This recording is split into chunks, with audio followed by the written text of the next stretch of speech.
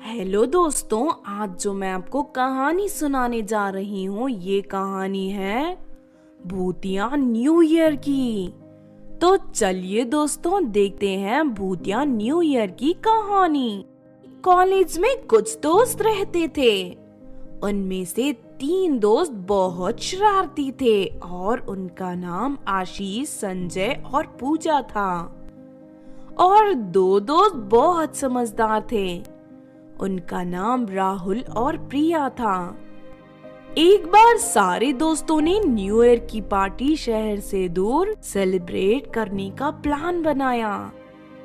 सारे दोस्त एक कार में निकल पड़े। बहुत दूर तक चलने के बाद वही रास्ते में उन्हें एक हवेली दिखाई देती है और वो वही अपनी गाड़ी रोक देते हैं। वो जगह बहुत ही सन्नाटी वाली जगह थी। दूर दूर तक वहां कोई नजर नहीं आता था। कुछ देर बाद वहां से एक बूढ़ा आदमी गुजर रहा था। राहुल से उस बूढ़े आदमी को रोका और पूछा, बाबा ये हवेली किसकी है और यहाँ इतना सन्नाटा क्यों है? बेटा ये हवेली लखनऊ की एक नवाब की है और बहुत सालों से यहाँ कोई नहीं आता जाता, इसीलिए ये खाली पड़ी है। इस हवेली से अजीब अजीब आवाजें भी आया करती हैं। इतना कहकर वो आदमी वहां से चला गया। मुझे तो ये जगह बहुत अजीब लगती है, चलो यहाँ से चलते हैं। कैसी बातें करती हो? मुझे तो यहाँ कुछ भी अजीब नहीं लगता। हम तो अपना न्यू ईयर यही मनाएंगे।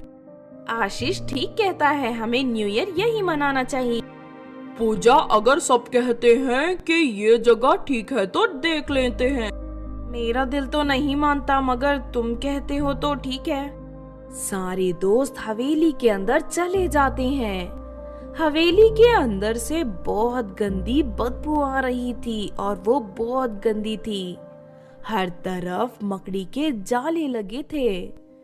सारे दोस्त हवेली की साफ सफाई करते हैं और हवेली को सजा देते हैं।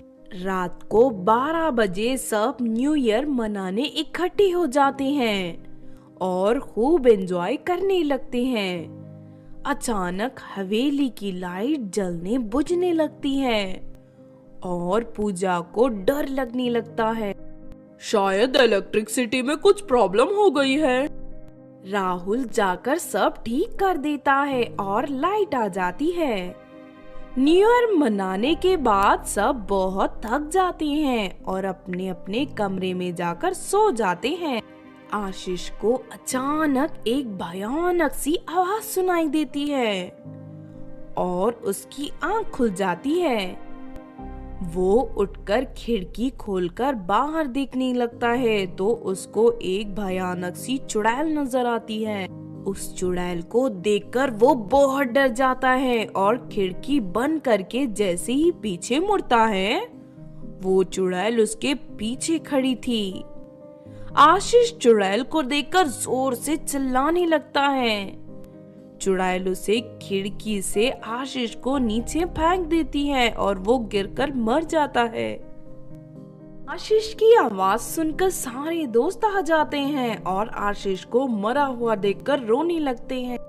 मैंने तो पहले ही कहा था कि ये जगह ठीक नहीं है, लेकिन किसी ने मेरी बात नहीं सुनी। मुझे तो लगता है यहाँ कोई भूत प्रेत का साया है। भूत प्रेत का साया नहीं होता है, ये तुम्हारा वहम है। आशीष को सोते हुए चलने की आदत थी, इसीलिए वो चलते हुए ऊपर से गिर गया होगा।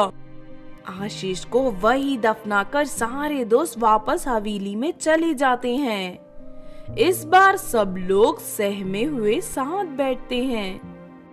मुझे टॉयलेट जाना है। प्रिया, क्या तुम मेरे साथ चलोगी? मुझे अकेले बहुत डर लग रहा है। हाँ हाँ, मैं चलती हूँ तुम्हारे साथ।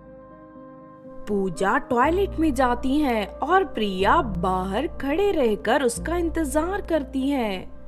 अचानक टॉयलेट से पूजा के चिल्लाने की आवाज आती है, बचाओ बचाओ, कोई मुझे बचाओ बचाओ। पूजा की आवाज सुनकर प्रिया दौड़कर दोस्तों के पास जाती है और सबको बुलाकर लाती है। सब आकर देखते हैं तो टॉयलेट के बाहर पूजा मरी पड़ी रहती है। फिर वो चुड़ैल सबके सामने आ जाती है और सब हवेली के बाहर भागते हैं। वो चुड़ैल प्रिया को पकड़ लेती है। राहुल हवेली के दीवार पर टंगी तलवार उठा लेता है और चुड़ैल पर वार कर देता है, मगर चुड़ैल पर कोई असर नहीं होता। फिर वो बूढ़ा आदमी वहां आ जाता है और राहुल से कहता है कि चुड़ैल की जान उसकी आंख में है। राहुल ये सुनते ही चुड़ैल की आंख में तलवार भोंक देता है और चुड़ैल मर जाती है। इस तरह राहुल प्रिया की जान बचा लेता है और वो सभी वहां से वापस आ जाते हैं। तो आपने देखा दोस्तों भूतिया न्यू ईयर की कहानी। अगर ये कहानी आपको अच्छी लगी हो तो जरूर लाइक करें और हमारे चैनल छोटू टीवी को सब्सक्राइब भी कर लें। और हाँ दोस्तों, हमें कमेंट करके जरूर बताना कि आपको डरावनी कहानी कैसी लगी।